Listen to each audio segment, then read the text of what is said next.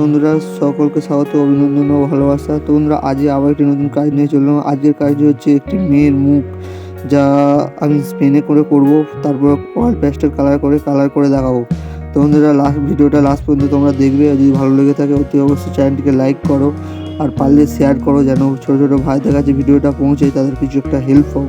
তো বন্ধুরা, আজকে আর বেশি কিছু বলছি না, আজকের ভিডিওটা আমি স্টার্ট তো করে দিচ্ছি, তোমরা দেখো, ভালো লেগে থাকলে একটি লাইক করে দিও। তো দেখা হচ্ছে নেক্সট ভিডিওতে।